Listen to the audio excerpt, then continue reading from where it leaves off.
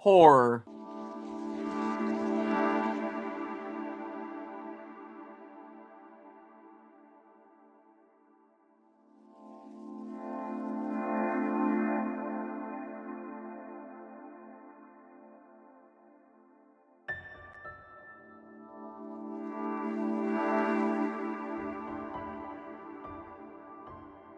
The horror genre is something that I absolutely love. Something about the horror genre has just really got me infatuated and very fascinated with it for the last few years of my life. Especially when I was younger. For whatever reason, the horror genre was something I just gravitated towards too when I was younger. Since the spooky month is coming around, or will be around by the time that this video comes out, I was itching to do another Halloween themed video again, like last year. Only, hopefully I can get this out by Halloween. Hopefully. But anyway, for today, I wanted to talk about a horror game. A horror game that I actually didn't really expect to enjoy nearly as much as I ended up enjoying. Especially with the genre that this game is from. And that game is called Slay the Princess.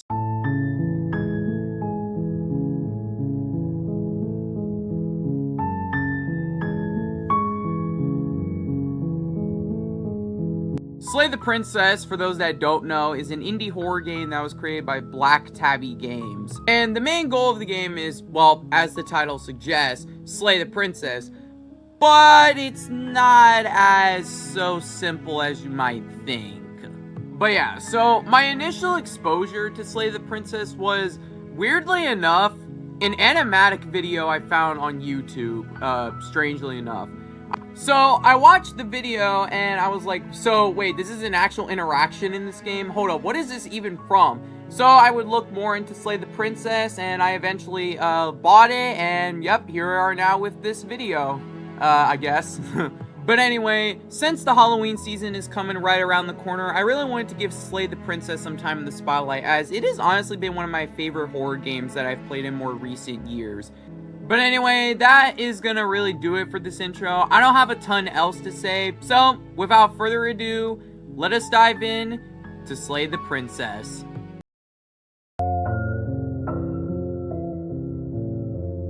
We start up the game and we're greeted to a path in the middle of the woods where a voice is narrating our every move. This voice is called the narrator, and you're going to be hearing him a lot throughout this game. Basically, the narrator tells you that up ahead of the path there is a cabin, and inside that cabin there is a princess, and apparently we're sent to slay her because if we don't, the world is going to end for some reason. Yeah, okay, I'm kind of suspicious off that right off the bat, but okay, whatever. And then you are presented with dialogue options to actually interact with the narrator and basically ask him, why are we even doing this? He'll basically just try to continue pushing you into, well, actually slaying the princess without really giving any further explanation outside of she's going to end the world. Which, again, makes me very suspicious, but okay. But anyway, without any other options, we decide to walk ahead further up to the cabin. As we walk up further to the cabin, the narrator gives us a warning that the princess will try and lie and cheat out of her way of us trying to slay her. As he is talking, we get introduced to another voice called the voice of the hero, who you will also be seeing a lot of here. The voice of the hero basically is talking about how we shouldn't really be going through with this, because she's a princess, right? We're supposed to be saving them, not killing them, right? But the narrator just pushes him off. And then we proceed further into the cabin. Inside the cabin, it's rather empty. Very empty. Barely anything in here besides a door. And right next to it, a small table with a pristine blade perched on it. The blade is our implement. And if we want to do this right, then we will need to take it. So of course, not wanting to go in completely unarmed, not knowing what could be down there, we take the blade and then we head on down into the basement. Once we make it into the basement, we see that the place is rather old. Barely any light seems to be illuminating the place at all, and looks to be kind of damp looking. Honestly, yeah, kind of looks more like a prison than anything else. But then, a voice carries up the stairs. Who's there? Now, I'm not gonna lie with you. This kind of sent some chills down my spine a bit. But anyway, we decide to just, give a simple little hello. And then they respond with, "Don't be a stranger. It's been so long since I've had any visitors. Come on down." On any other day, I would refuse. But on this day, I still refuse. Hell no, I ain't doing that shit. But anyway, we walk further down the stairs and we're greeted to the sight of the princess who is chained to a wall. She then asks us if we're here to just kill her or something, but we just answer, I'm just here to talk. We then walk a bit closer to the princess to get a look at her cold, dead eyes. Like, seriously, goddamn, that sight is just kind of unsettling to me. We then engage in some conversation, asking the princess some questions, like who she is and all that kind of stuff. But the answers she gives are very odd, to say the least. Very cryptic. With being very skeptical of the princess, we just decide to just kill her. But unfortunately for us, she actually has hands. We then engage in a brawl where the two of us become greatly injured, but we manage to push through and we actually win. But unfortunately, our wounds were so great that we also die with her. But before we do, she says this. "You put up more of a fight than I thought you would. But I have to wonder, do you really think this is the end?" But we don't have much time to ponder as everything goes dark and we die. Yeah, that was pretty short. That was actually a really short. Wait, chapter 2? What the fuck? So by some miracle or curse, we're somehow alive once again on the same path to the cabin that we were before. And the narrator is back again, but he doesn't seem to have any recollection of what happened before if we try talking to him about it. And the voice of the hero seems to recognize what happened last time. But we also have a new voice in our head now called the voice of the stubborn. And yep, like the name says, he's a very stubborn guy. I like him, he's pretty funny. So with no other choice, we decide to walk back up to the cabin. Nothing really is too different about our walk up to it, until that is we actually get inside of the cabin, where the interior of the cabin is completely different to what it was the first time, having a more stone-like structure to it now. And weirdly enough, a mirror is inside the cabin, although the narrator doesn't seem to actually see the mirror. It seems like only us and the voices can see the mirror for some strange reason. I don't know. We try and mess around with the mirror, but as soon as we touch it, it just disappears for some reason. Okay, yeah, I'm getting very weirded out by this. And we then decide to make the very smart decision of going into the basement without taking the knife with us. A decision that we are not totally going to regret as soon as we go down there. So we walk further down into the basement and meet up with the princess, and oh my god, what the hell happened to you? So after our first encounter, the princess just completely changed appearances and now has a more hulking appearance to her now. And she also seems to recall what happened the first time as well. But she doesn't really care about that because she just wants to throw hands with us like she has a metal plate in her jaw or something. And I'm like, hell nah. And so we try to make a mad dash out of the room, but yeah, the princess did not like that one bit. Well, I'm out of ideas. Alright team, so what are we thinking? How about we get the hell out of... Little Voice doesn't have the chance to finish that thought before the princess barrels into you and smashes your body into the rough stone wall. Okay, well, it was worth the shot. Well, we're dead again, so is that actually the end this time? Oh no, there's a third chapter. Oh shit. So we are now back once again, but now the entire area is completely changed. Like, what happened here? Oh yeah, and we also have another voice in our head called the voice of the broken now. He's just depressed all the time. But anyway, like with the first time, we really have no other option than to walk up to the cabin. Once back inside, we see that the cabin, like the rest of the outside, is filled with this disgusting, ugly, filthy, fleshy texture that's just all over the walls. The ceiling is just it's gross looking. I don't want to look at this any longer. But there is a little fleshy table that has the pristine blade on it.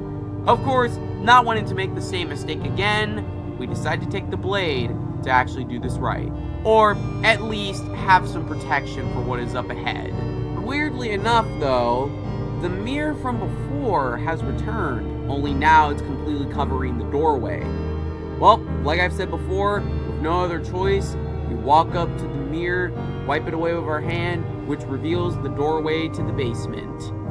Once we make it through, we see that just like with everything else, it's filled with the same gross, lumpy flesh texture as before. Before we make it further into the basement, the princess's voice roars up the stairs. So you've returned after denying me the salvation of combat? Are you here to gloat? Are you here to mock what I've become? No. So yeah, she's not happy to see us. But regardless, we press on further down into the basement and... Nope. Nope. Fuck that shit. So now the princess looks completely different again, with her chest being completely open, with her ribcage and heart being visible. Her dress now looking like it's kind of melted into her skin, like it's a part of her. And the skin on her legs being completely gone, showing nothing but red flesh and bones behind it.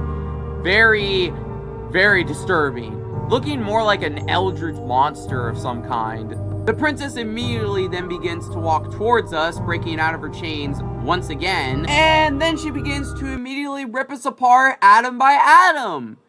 In which it goes on for an agonizingly long time. But eventually, the torture does end and we are back to being whole once again. Where we see the princess sitting all by herself, sulking, as if she regrets what she did. We then have a conversation with the princess about how we could be so much more than just the violence and the pain that we've experienced so far. And that, you know, we don't always have to be in a cycle of violence all the time. And that there's a world outside of this. At first, she does dismiss it because violence and pain was pretty much all that she knew up until this point. But we let her know that she could always just leave with us, but that's completely up to her. So, we take her hand and walk out that cabin together, no longer as enemies, and thus bringing an end to the cycle of violence. And what the hell is going on? Where did the narrator go? Where the fuck is the princess going? Like, bro, what the hell is going on? You! I knew it. I fucking knew it. I fucking knew there was something off about this damn mirror. And look where it is. It's right here. But anyway, with, once again, seemingly no other option, we decide to walk towards the mirror. But as we walk further towards it, the voices disappear as well, like with everything else. And as we gaze upon our reflection, we put our hand forward and we see that it's you. After a short bit, we find ourselves in some strange area, where if the only option that appears is proceeding to the cabin. We walk a little further and find the princess, but something's not right. Something finds me in the long quiet and brings me the gift of a fragile vessel. This thing that we're speaking with seems to be someone speaking through to the princess, and we also see the hands that took her present here. We can't speak further with this thing, but all they do is just give us rather cryptic answers, not really giving us a straightforward answer. But when we ask her about what she wants, she will say this: Bring me more perspectives so that I may be whole, and perhaps then we will know our freedom. And now we know what our true goal in this game is.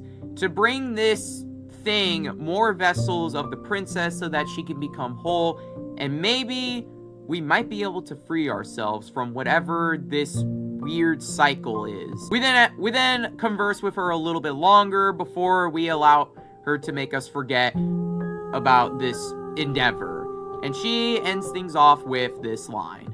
She asks that I tell you to remember her. You won't. And then we are taken back to the beginning of chapter 1, where the true game really starts. And yeah, and that was my first playthrough of Slay the Princess. And after that, I was completely hooked after that.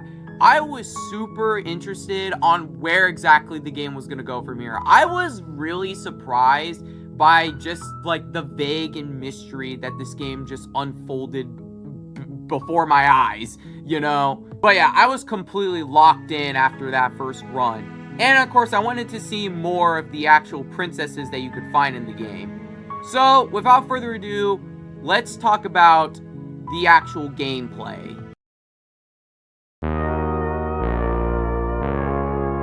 And so, here we are talking about the actual gameplay of Slay the Princess. Now, Slay the Princess is a visual novel game, which basically has you reading a lot of dialogue, and I mean a lot of dialogue, while also making some choices along the way. Now, for the most part, these type of games are usually like a one and done type of deal, especially when it comes to horror games. As, I mean, after the first playthrough, I mean, the horror kind of does lose its factor a little bit since you already know what's gonna happen. Now, I don't mean that entirely as a bad thing, since especially when done well, a horror in a visual novel game can really leave a lasting impact on you and could probably stick in your head forever, like in Doki Doki Literature Club. But what I do like about Slay the Princess is that the game does heavily encourage you to try and play through the game multiple times to try and see what different versions of the princess you can meet, and also possibly unlock different routes that you may or may not have missed on previous runs. Which is why I recommend best making multiple save files, because you're gonna fucking need it. Some of my favorite routes in the game that I have to say, well, first off would have to be the Nightmare. I genuinely love how unsettling the Nightmare route is. It's just so spine-chillingly creepy, and I absolutely love the design of the princess in this route. It's just so creepy that I love it. I also thought it was pretty cool that the voice of the Paranoid in this chapter actually keeps you alive by saying Heart, lungs, liver, nerves, heart.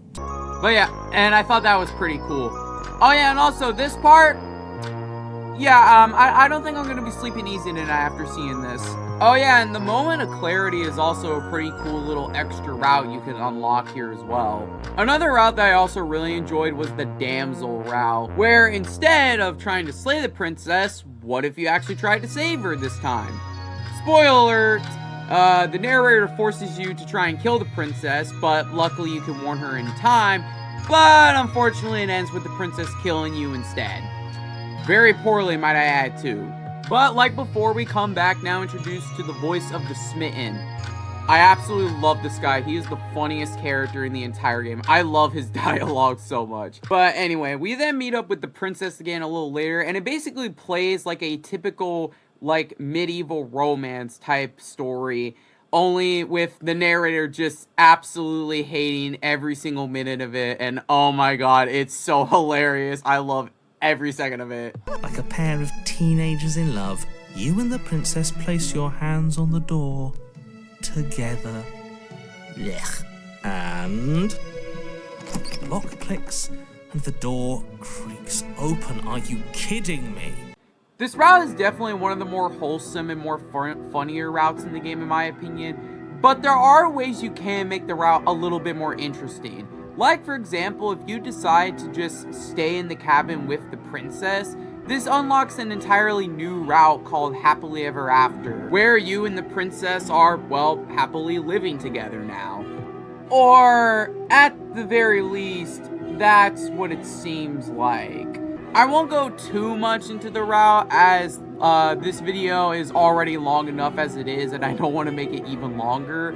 But what I will say, though, is that it does have one of the best endings to a route, in my opinion. It's so beautiful. But also, another reason why I like this route is, well, the princess is just so goddamn adorable. Like, oh my god, I'm gonna have a fucking heart attack. But yeah, I really like that depending on the decisions that you make, your routes can either end a lot quicker, or they can change it to an entirely new route. One final route that I'll mention that also does this is the Spectre and the Princess and the Dragon. Now, this route starts off relatively simple. You just kill the princess immediately. Like, No hesitation, just straight up kill her. And with that, we get a little reward. We're stuck in the Shadow Realm now. Yeah, we're just stuck in the cabin for all eternity.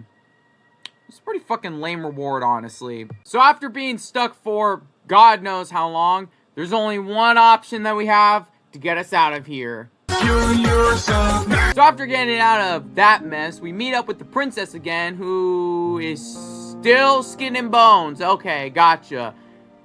Oh no, she's a ghost.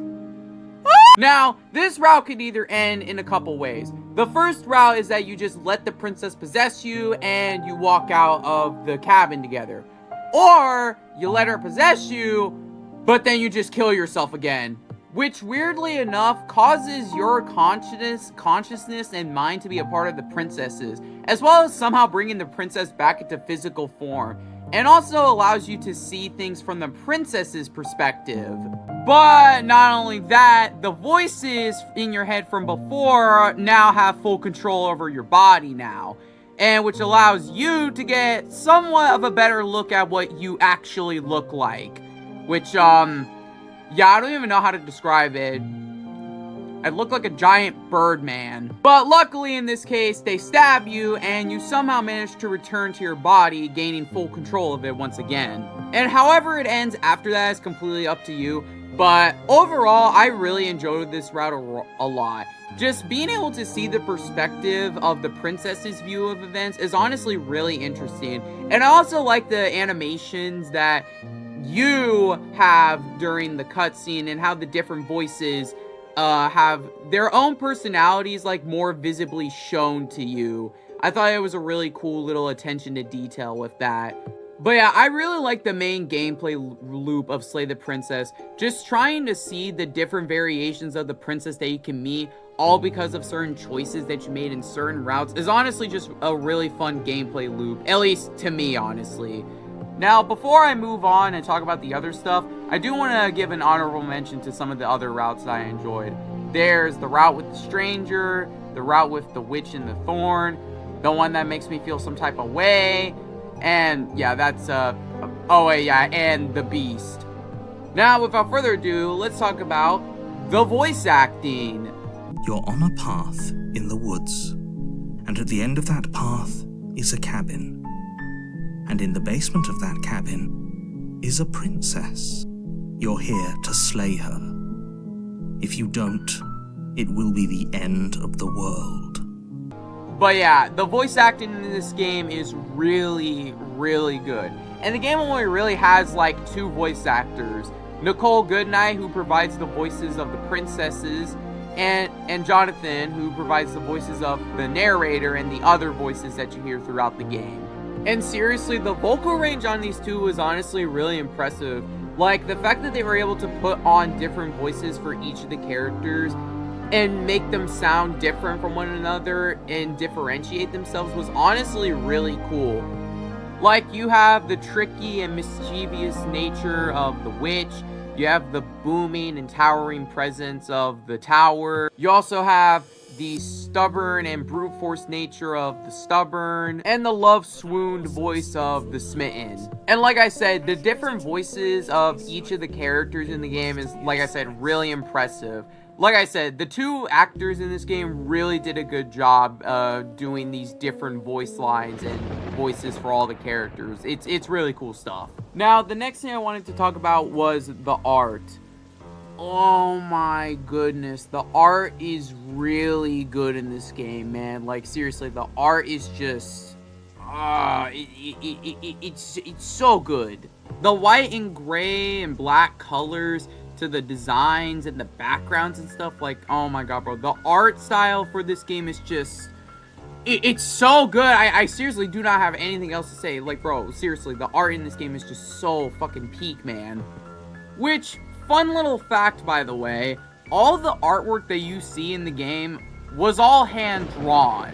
Yeah, every single frame, every single piece of artwork that you see in the game was done entirely with pencil and paper, which, honestly, like I said, really gives the game like a very unique style to it. The fact that all of this was done by hand just makes me appreciate the art in this game so much more, because once again, someone had to draw all of these different frames of animation and pieces of artwork.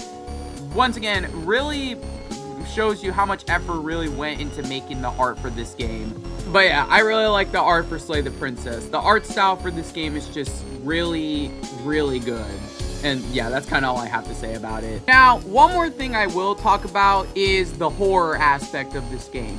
Now, I don't entirely think Slay the Princess is scary, as in make me jump off my chair type of scary. More like, this game is extremely unsettling in certain areas. I mean, there's the nightmare route that I mentioned earlier, but there's just also the entirety of the beast route. Like, that is like genuinely one of the most unsettling areas in the game. Just me personally. But yeah, overall, gameplay-wise, I really enjoyed Slay the Princess's main gameplay loop. Like I said, seeing all the different variations of the princess stage to me are all really neat. The voice acting is really good, and like I said, the art in this game is just straight up peak. But anyway, that's gonna do it for this section. Not much else to really say. So, without further ado, let's finally close off this video.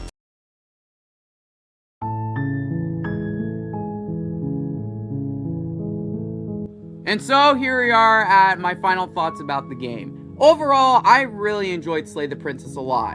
It's a bit different from the usual type of games I play, but I honestly had a great time with it overall. The story was really intriguing the more deeper that you go into the game. The gameplay loop was really interesting and fun, and seeing all the different variations of the princess are pretty cool and opens up a lot for replay value.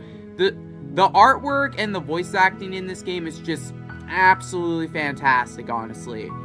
But yeah, that's kind of all that I really have to say here. So this section is going to be really short. The game is creepy, disgusting, eerie, and just overall creepy, but it's a great game overall, at least to me, and has a very interesting narrative with many different tales to experience overall. But yeah, that's gonna do it for this video. I hope you all enjoyed watching this video. This video took me a really long time to make, so thank you all so much for watching this video. As like I said, this video took me a long time to make, with my life just being very busy and all. So, but I'm glad that you all at least made it to the end of this video, or at least just clicked on it and watched a bit of it. It doesn't matter. I'm just happy that you all at least watched this video. But yeah, that's gonna be it. So let me know what your guys' thoughts are about Slay the Princess and whatnot. What were some of your favorite routes in the game, and what exactly did you like about Slay the Princess?